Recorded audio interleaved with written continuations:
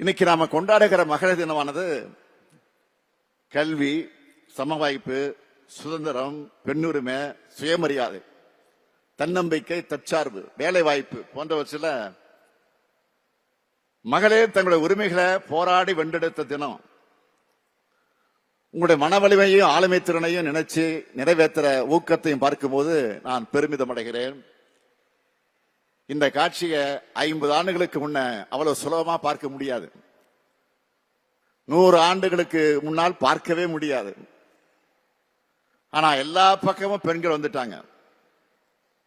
நான் முதலமைச்சரா அனைத்து மக்களுக்கு வைக்கக்கூடிய கோரிக்கை, ஆண் ஆதிக்க மனோபாவம் மறையணும்.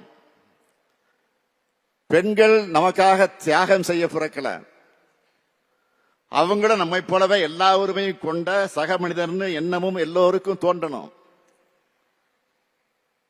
அரசியல்ல வேலை பார்க்கிற இடத்துல எல்லா இடங்கள்லயும் உரிய மதிப்பும் மரியாதையும் பாதுகாப்பும் அவர்களுக்கு வழங்கணும்.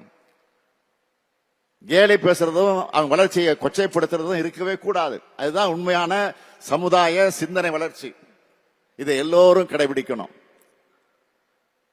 திராவிட மாடல் அரசுல பெண்களுக்கான திட்டங்கள் பார்த்து இதெல்லாம் பார்த்து இப்ப ஆண்கள் கேட்க ஆரம்பிச்சுட்டாங்க. என்னங்க எல்லா திட்டங்களும் பெண்களுக்கு தானா, எங்களையும் கொஞ்சம் கவனிங்க என்று ஆண்கள் கேட்கக்கூடிய அளவுதான் இன்றைக்கு செயல்படுகிறோம். அது தொடரும்.